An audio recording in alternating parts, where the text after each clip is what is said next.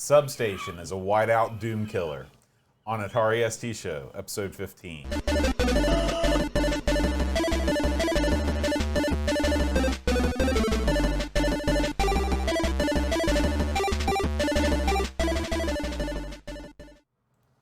Hi everybody, welcome to the Atari ST Show. I'm John. And I'm Aaron. And today, Aaron, we're going to be talking about Substation. Oh man, I don't think I've ever been this excited to talk about a game. Dude. I know. This week's Atari ST Show is brought to you by our patrons, and in particular, Game Selection Committee members Salem OK, Richard Davey, and Dave of Velociraptor. The Big V. The Big V. King Dog.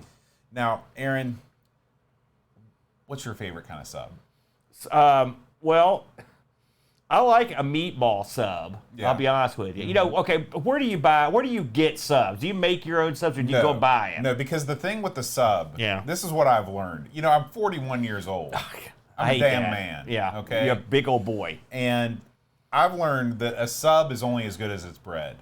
Yeah. And you can't really get good bread at the supermarket like they have at a good sub shop. Well, I mean, not our local supermarket. Not our local supermarket, I right. agree with that. And so I've been partial to Jersey Mike's here lately. You don't like them? No. No. See, we were at their grand opening, and they sucked, and we've never been back. You get one chance. It's a lot like the, what's the place over here beside Pizza Hut?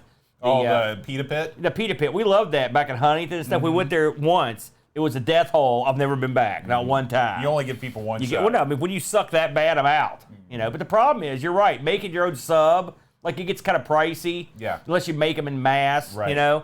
So where do you? most of the time I go to like Subway. See, I don't like Subway. Well, the problem is, remember when Subway had the $5 footlongs? That was a good deal. Because then you're like, this is sort of crap, but it's only $5. It's all so like Little Caesars. Yeah. Like, if you're not paying that much, Right. not it's bad. Okay. Yeah. You know, but when now it's when like they're $8 foot long. No, or more. Yeah. Like way more. And so then you got to pay. Yeah. So I would rather make my own sub. I make my own sandwiches at home for the kid. Yeah. He calls them the dad sampler because I'll make multiple types of sandwiches. He never knows what he's going to get, you know? It's like a mystery. What do you put in there sometimes? I mix it up. Like, so, for example, you could get, like, Luke doesn't like cheese. Okay. That limits me. Sure. All right, so sometimes you get the bologna. Yeah. Sometimes you get ham or turkey. Sometimes I mix them up, all right?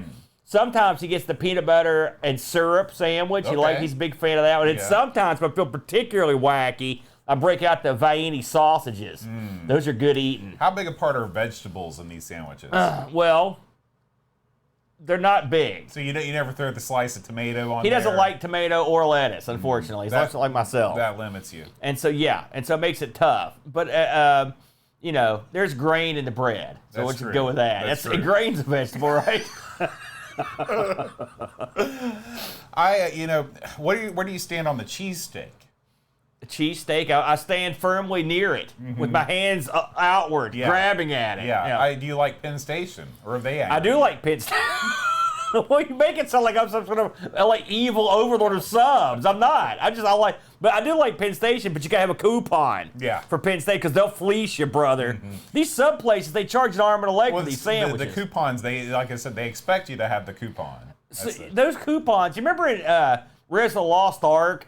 At the beginning where Indy's getting that statue. And that's the way the coupons for Penn Station are. You get them once every year, and you grab them and you run out of there because somebody might steal them. They're tough to keep. Yeah. So, but I do like, and they got those weird potatoes that come with it, you know, the gimmick where they. Well, I will call those French fries. But they're not normal fries. They've got the deal They're on fresh it. cut fries. Yeah, now somebody They've got mentioned. the skin on them. Somebody mentioned Jimmy John's. They're out. You know why? Why? I don't like a cold sub. I gotta have my sub warm, but I don't want it toasted. That explains why you wouldn't like the other guys. That's right. Yeah, Jersey Mike's. Yeah, it's no good. Yeah. You don't like yours warm? I'll eat a cold sub. Not me. I don't like cold meat. So when you went to Subway before they had did you ever just have them warm it up for you in the microwave? Every time. That's what I do now. Or I take it home and do it myself. A lot of times I don't give them the opportunity. I've learned something from ordering food over the years. This may surprise you, but I've ordered a few meals. Make it, if you don't keep it simple for the humanoids, they're going to botch the job. Like, that's why I don't like to go out to eat with Chad. He comes in, he goes, listen, I want the top part of the bun to be rye, the bottom part I want to be whole wheat, and I want half the sandwich to have Brussels sprouts, and I want you to use this I want you to mix mayonnaise with olive oil. It's like no one can keep up track of this crap. And you look behind the counter, there's a slack-jawed troglodyte scratching his head in a vain attempt to understand the chud's order. You know, so I'm like, listen, give me 2 pieces of bread with bologna. That's it. Don't put anything on it. Give it to me right now. I had a student once that called those Pliny burgers. Why? Because she was from Pliny. And her grandfather said when he made bologna sandwiches, he called them Pliny burgers. They call those, what, like West Virginia steak? Have you ever heard that term? There's a lot of names for bologna around here. Yeah, you have to have a lot of, there's just a lot of it around. That's all we can afford. That's true. Aaron, let's talk about Substation. Man, I've been dying for this one, Boat. What do you think about this Substation, Boat? So, this is a game that was released in 1995. Okay, this was an STe and Falcon release only. Yes. Was this on your radar at all when you were doing the Falcon show on ARG Presents? Man, I wish it was, because those Falcon games, those are FM Towns Marty levels of difficult to run. Yeah. I can tell you that right now. I remember your problems. On Atari Mania, it says that you need 1 meg of RAM to run this thing. But my Mister setup, which is what I played this on, I had this thing outfitted. The default setting is 2 megs. Yeah. And I got a message that popped up that said I needed 4. I put mine at 14. I got the full, because it's not real. I'm fully fitted out. That's when I go to work on them. So the docs all say 1 meg. I think you need 4 meg to run. All right. You might be surprised, Aaron, when you think about 1995, the first system that comes to your mind is probably not the Atari ST. No, it's not. This, of course, was the same year that the PlayStation came out. Yeah. And we were months away from the N64, but the Atari ST was still kicking.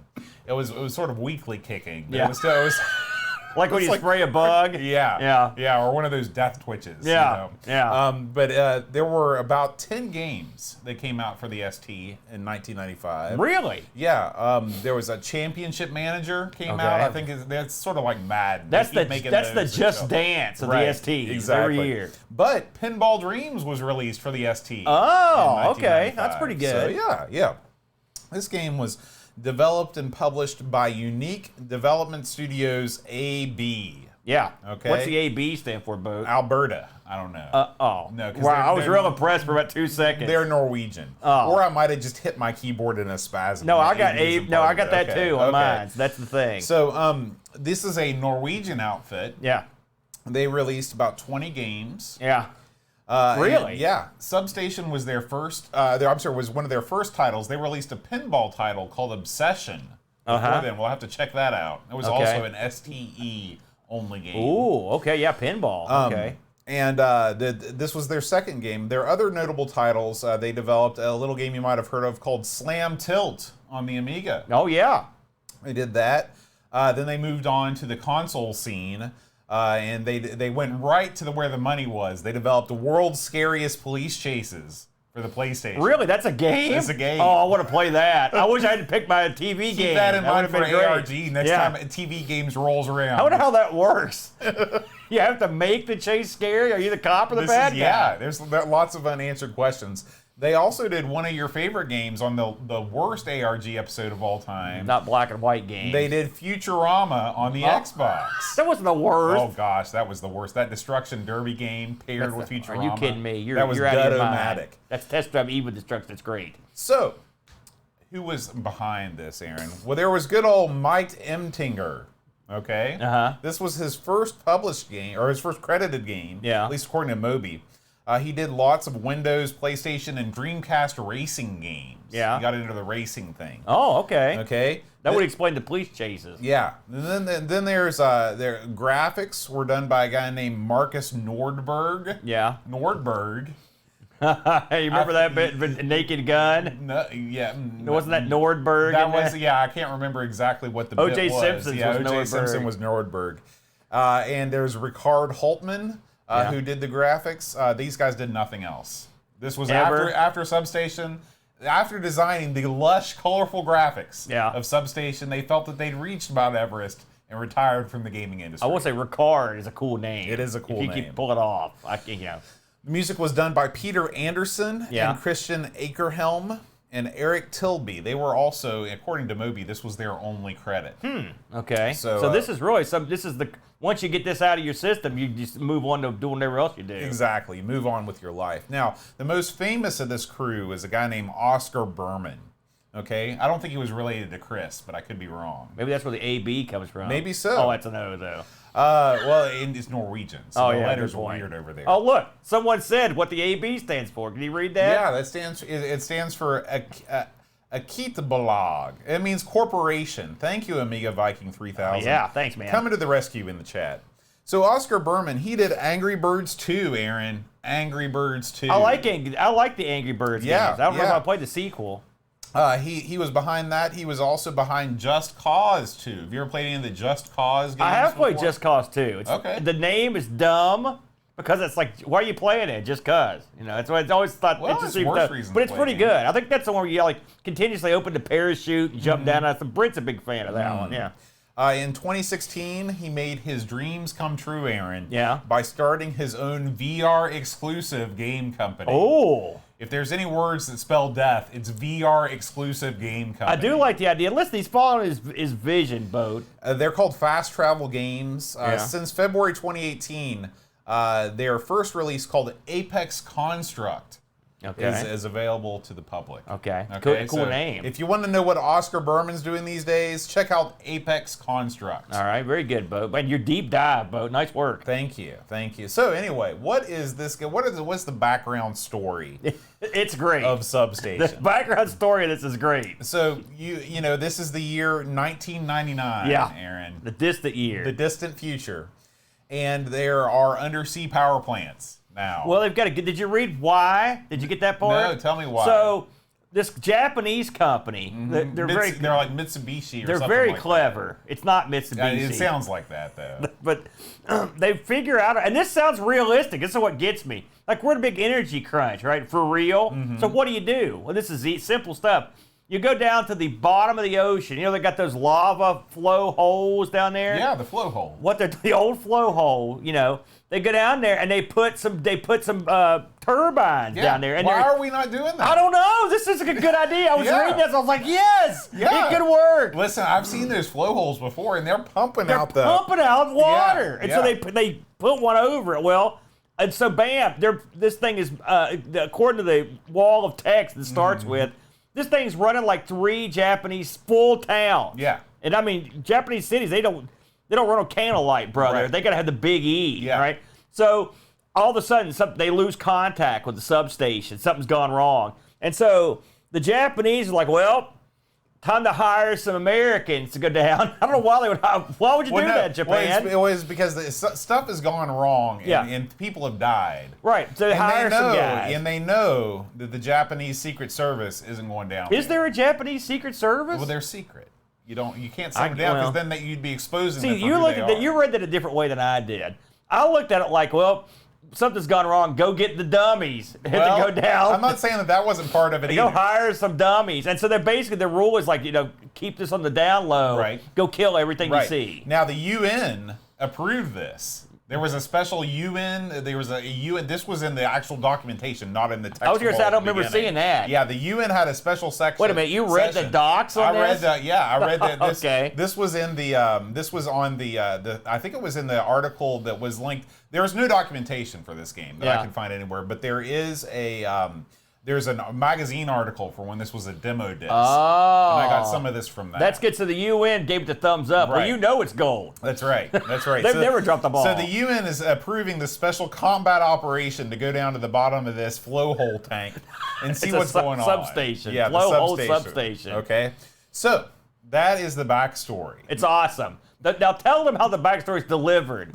Because this sounds great. Yeah. Where's the cutscene for this? At the beginning of this game, you get Substation spelled out in the kind of moving text that you associate with 16-bit computer games. That looks good, though. Yeah. It looks good. It's right out of a demo. It looks great, and I mean that in a non-pejorative way. Yeah. And so... Ooh, pejorative. Yeah. So anyway, you get the wall of text that explains everything, and then the game begins. Well, the game doesn't really begin because you have to choose your new game option. Okay. Yeah. This game gives you a couple of options at the beginning. But mostly what you want to do, the options are not great. No. You can this they're not great at all. Yeah, this game it allows you to load and save your game. Yeah. It allows you to change the type of music that's in the game, which is interesting. There's a stereo technology that's used, some sort of a send surround. Yeah, I don't know what and really? That's the one that shakes your sternum when it gets real low. Okay. And so the basically you want to just hit new game. That's what you want to do. Well, you also forgot that you could put this in like ultra crud vision. Oh yeah, you can turn down the quality. Did you try crud vision? It's not bad. Really? It ran better in crud vision. It doesn't look all that different, if I'm honest. Well, let's not get ahead of ourselves. Let's talk about what this game is. Aaron, describe this game. It's sort of like Doom. So it's a first-person shooter. So pretend you were going to play Doom. All right, now, pretend you had like a big thing of whiteout, and you accidentally dumped it on your screen or maybe on your corneas, and then it was time to play Doom as you look through that glossy white gaze. That is this game. This game is... Listen, I don't ever want to hear you ragging the C64 about its lack of color. This game lacks color. It lacks it. It's got like maybe 4 colors. But aside from that, it's Doom. It's very Doom-like. The substation is made up of these long corridors with these occasional, we're going to call them doors, but they're basically passages with little dots on them of different colors. And your job is to go through this thing and blow away all these weird mutants and stuff. I don't, what did you get to hear what it was we were fighting in this boat? They're aliens. Oh, aliens did this. Aliens. Is that in the docs too? Yeah, that's in the docs. Can you elaborate on that? The aliens. What, are you making that up? No, That's in the docs. So aliens got under the ocean? Well, the aliens came from under the ocean. That's where they really are. They've been there all this time. But wouldn't that make them Earthlings? No, because aliens are not us. Anything that's not us. Alien does not mean extraterrestrial. Oh, I see. Okay, Yeah. well, fair enough then. The bottom of this, it's unmistakably Doom. It's got your ammo, your health. It's in the same. You don't have your cool little face. What it's missing is your face. But it does have a map, which is better than the face. Yes. And it's got a little almost like an inventory area to the right. Although I didn't find much as I went through this bleak, desolate hallways. Clearly, the Japanese didn't spend a lot on decor in the substation. Well, they're minimalist. Big time. Yeah. I mean, they're big time minimalists. You start off with a knife, and thankfully you have a gun. I learned from reading your Discord correspondence that you didn't know that to start off. No. So you just tried to go through the game with a knife, and it didn't go too good. This is a game, first of all, before I go into my thoughts on this, let's talk about why... Okay, when you're roaming through these corridors, this is what you see. You see some oxygen tanks, which you'd assume to find in a substation. Yeah. You've got ammunition and food scattered about. Okay, why you need to have a ton of ammo lying about a power station? I don't know. Maybe in the far distant future of 1999, that's a more common Maybe the aliens dropped it. Maybe so. But then you find some tastefully potted plants. That are around. This is what the substation. When you're working the substation and you're tired of looking at the white walls, you can look at the potted plants. You're not thinking very well. No, because think about it. They're producing oxygen. Now, the flip side of it is, how do these things survive without any direct sunlight? Yeah. One would wonder. But I think that they're fake potted plants. Maybe they're aqua plants. Oh, like aqua lung. No, I hope not. But, maybe they developed the substation, they can develop special plants. Yeah, I'm not doubting their ability. Listen, I was dying for decorative plants. Well, I was going to say, what do you think, honestly, if you're the developer of this game, even when you play Wolfenstein 3D, which came out before this, you had stuff on the walls. You had portraits. You had, there was some crown molding on the walls. Yeah. What is the design decision behind making just an all flat white environment? Let's take a quick step back. In all honesty, this is a functional first-person Doom-style game. I mean, they pulled it off with a butt. Okay, so I don't want to underplay the achievement here. I think this because this was the golden chalice back in the day. You got to have a Doom. Okay, they've got We've both played Gloom and Broom and Shloom and every other Doom game, right? So this is just another one. But this is the best of the bunch of the low-grade Doom. Yes. Okay? It's got monsters. They come up on you. They shoot stuff. There's stuff flying around. You know, they pulled that part of it off. They had something that was a 3D engine. So I'm not going to sit here and bury them for that. And it is a game. Now, I don't know why it looks like it does. I can only assume it's for performance reasons. Okay? I'm assuming that's why. Because, I mean, the game has shadowing. The game has fog of war in the distance where you can't see what's going on. So they did some complicated things in the game. And one would wonder, I really would wonder, why it doesn't have any sort of color. Now, I've got a few ideas, if you'll indulge me. Sure. One is strictly performance. Two, this game has a rare ability that few ST games I'd wager had, which will let you hook two STs together and play a linked game of this. Through the MIDI port, Through the MIDI port, right? So, there is a possibility that that performance limitations due to the fact that they wanted to be able to play two players at this could be in play here. Sure. I don't know. I don't know. I don't think that's the worst. We'd have to ask someone that was more of a guy that could pull this off. It could be a resolution thing. This thing looks like it runs at a resolution that maybe doesn't support. In fact, because if you look at the hand of your guy, there is the faintest glimpse of a color in that hand. I mean, seriously. Right. You know, but I mean, it's like the guy looks like the most sun deprived like emo kid you ever saw. He barely looks human, but there's a little tinge of skin. Tinge of flesh. Yeah. Right. So, and there is some other color in this, but I don't know why they chose. So here's the problem with their choice. It makes the game not good. The choice of not having any sort of wall textures or colors or decor or anything on because I mean, it's not just the walls aren't just blank. The walls are blank, the floors are blank, the ceiling's blank, the doors are blank. It's all blank that I saw. Yeah. I don't know how far you got in this thing. And that makes it hard to maneuver. It makes it hard to understand where you're at. It makes it, thank God for the map, otherwise you'd be totally screwed because there's no way you could use any sort of visual aids to help you get through this thing. There's my thoughts on that. Yeah, I mean, I agree with you. I would love to hear the reason why. I think that all the reasons that you stated are possibly valid. Now, getting into playing the game itself, like I said, we had no real documentation for this game, which boggles my mind because this was a commercially released game. There's some on the disc. If you would look at this, there's text files that came with the install. That's how I learned how to switch to weapons and use the bomb. I've got to start learning how to use the computer. That's my problem. Well, I mean, if you look, when you boot this thing up, when you open the folder, there's a text file and it gives you some background and it tells you there's a lot of this is much like Doom. You use the number keys to toggle through your different weapons. You use the tab key to throw your grenades, your bombs, and there are some other controls that are hooked to like your numpad or something. I don't remember them all. So there are multiple controls in this, but I mean for the most part, you go through with the keyboard with the arrow keys and your control and all to do stuff. It's pretty much standard fare. Right. But yeah, there is some documentation. Now, one would wonder why if they had like a booklet or a.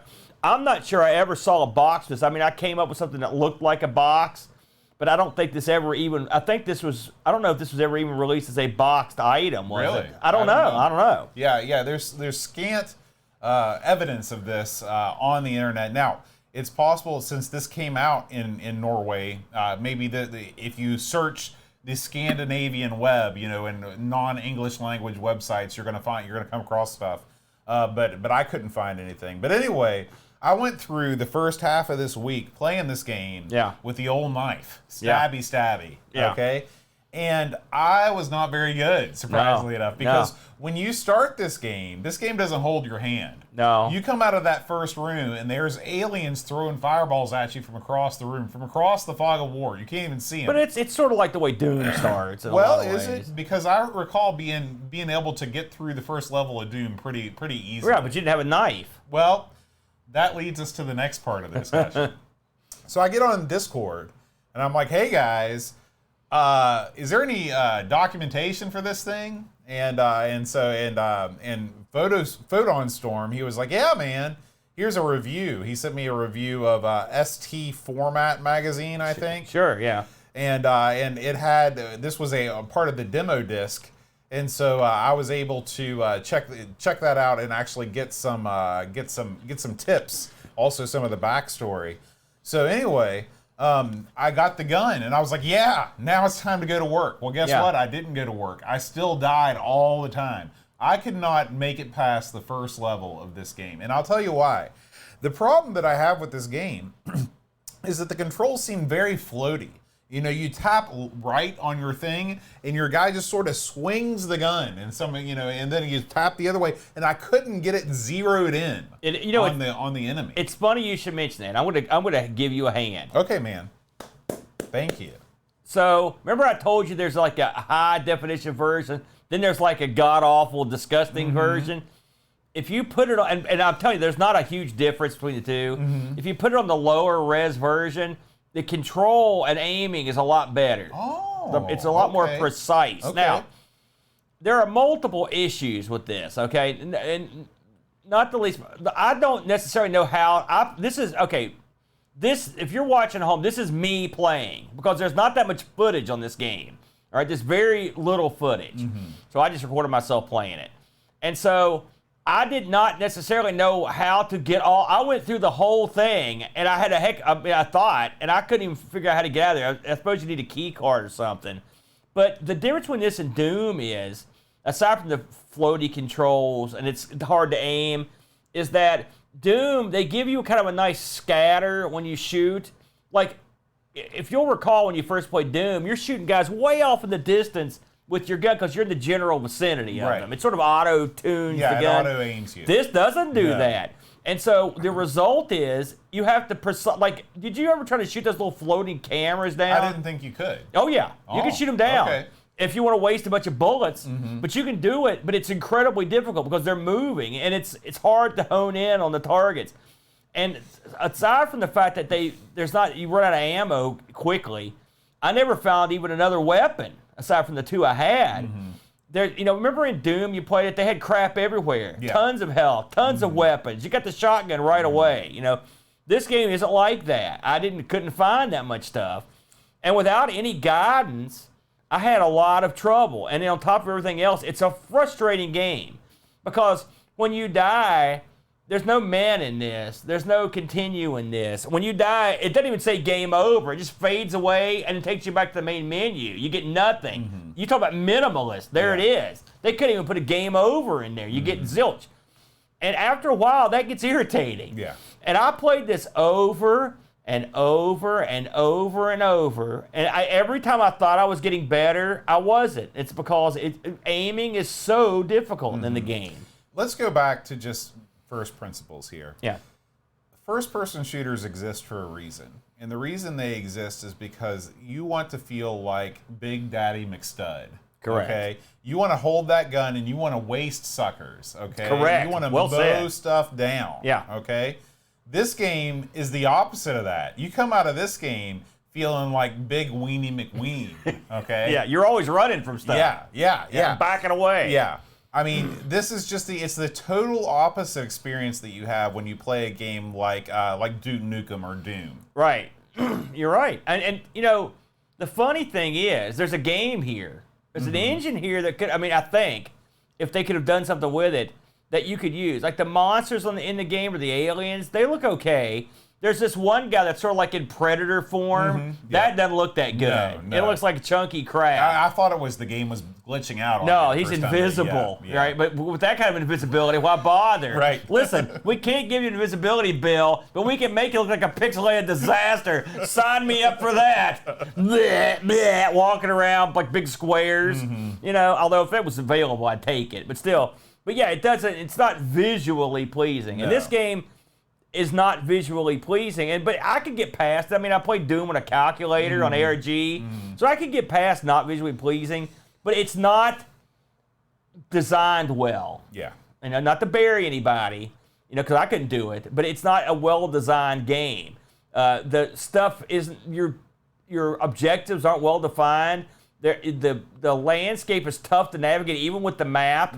You know, and then it's frustrating. The way it's set up, they've got all these rooms. I assume this is the main hub of the whole game.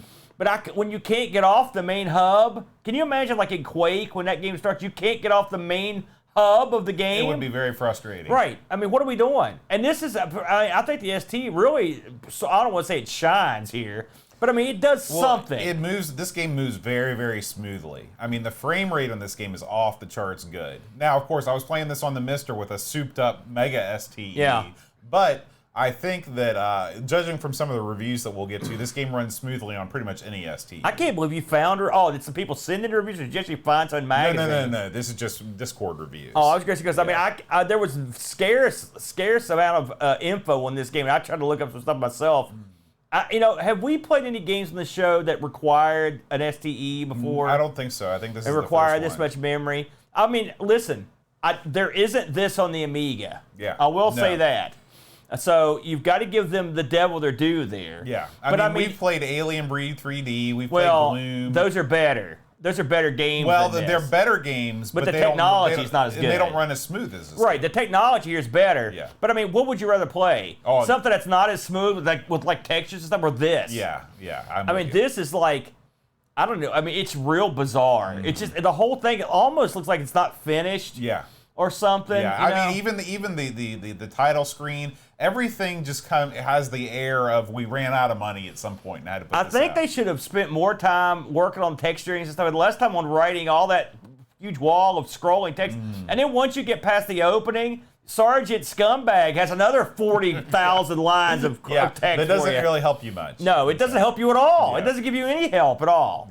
Yeah. So anyway, you know, like I said, there's no magazine reviews on this, but we did, thanks to our stellar Discord community, get some reviews. Thank God. We start things off with Photon Storm. Photon Storm says, Substation was released very late in the ST's commercial life, which is why it's STe or Falcon only and is best played with a jag pad. Yes. Now, that's not something that we were able to use either. I mean, I don't know. I suppose I could have rigged something up. But I mean, here's the thing. The jag pad stinks. Well. So there you go. What would you want to play? How would the jag pad increase the fun levels of this game? I don't know. Maybe it unlocks Majesty. So anyway. I don't know what that means. Keep reading. Set in what is supposed to be a deep sea power plant, you are part of MEM, like NIN. Yeah. A U.S. Special Forces team tasked with finding out what has caused the power to stop. The textures, such as they are incredibly bland, with a strange whitewash feel to every single level, corridor, and room. Sometimes you'll get a terminal or a table to break up the monotony, but when every single direction looks the same, it's easy to get lost. Thankfully, the mini-map works well. You also don't get nearly enough ammo. Yes. It can take a while to turn around to see what is shooting you. Be it a soldier, crazy little robot, or the aliens that virtually insta-kill you with a single hit, and you can waste most of your ammo shooting thin air as you try to zone in on these creatures. The money for weapons upgrade system is also annoying. I would much rather have found the weapons while playing the level. That explains that. However, it does have a kind of charm. There's no denying it is technically impressive and it moves at a good speed considering. 4-player LAN via the MIDI ports is clever, but good luck finding 3 friends who still had their STs when this was released. It's a Wolfenstein 3D clone, missing most of the pace, atmosphere, and variety that made Wolf such fun. For once, ST Format rated a game correctly, giving it 75%. feels spot on to me. To be fair, Wolfenstein 3D is light years better than this in every conceivable way.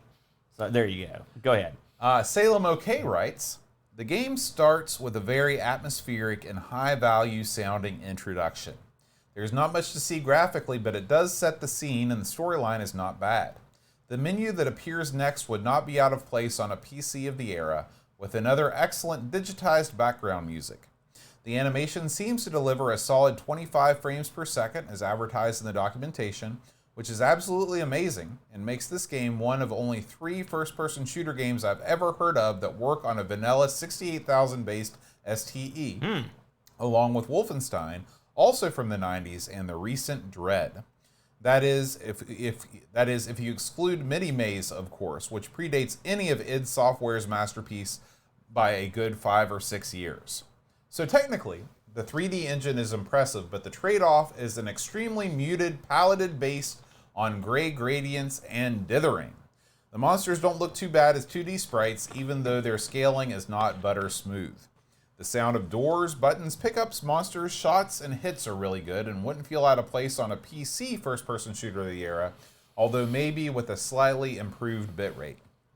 I found the controls extremely difficult to handle, as I barely was able to aim and shoot, but I am not sure the game is to blame because I'm very bad at FPS games. And when I say very bad, I mean really pathetic. So I wasn't able to, despite many attempts to get past the first level. The unlimited health promised at boot time for the hard drive installation doesn't seem to materialize. It didn't work for me either. Yeah. Okay, good. In conclusion, the game is a very impressive technical achievement, very well polished, even leveraging those sweet MIDI ports for a cheap way to set up LAN parties. The gameplay seems like it could have been handled better, but I'm not a great judge for that type of game. If it had arrived earlier in the STE's life, it probably would have had a much bigger impact. 7 out of 10, a beautiful swan song for STE commercial games. I wouldn't call it beautiful. It's more like an ugly duckling song at the end. I mean, again, there's something here. Everyone that sent in a review that sort of echoed what we thought. It's a... And one thing he mentioned that I wanted to talk about was the enemies do beaucoup damage. Yes. That's another difference between this and Doom. Yes. In Doom, you can take some hits because you're going to get hit from behind and stuff. In this, it doesn't take anything to drain your health, and then you're dead. 99 out of 100 times that I died, I'd be getting hit from behind. I'd swing my gun around, and then I'd swing it the other way, and then I'd be dead. And that was the end. Yeah, so. This one is not the best. Now, with all that said, I did enjoy it.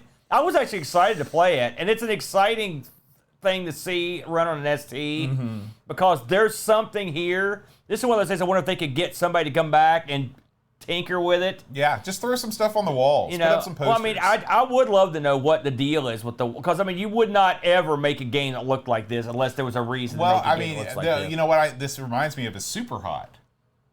Why? Have you ever played Super Hot? No. Okay, well, Super Hot is a game that takes place in an all-white environment.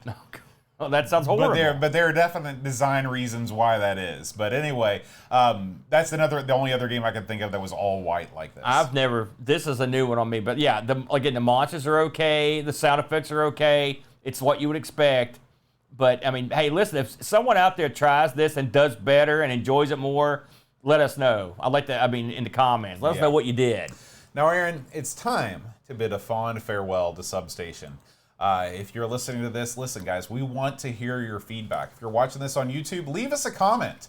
We want to know if you like this video. Please like and subscribe, of course. Look how colorful we are. After watching that video, it's like a cornucopia of color. It's like we came from the stars down, like, whoa, color. Look at my skin, everybody.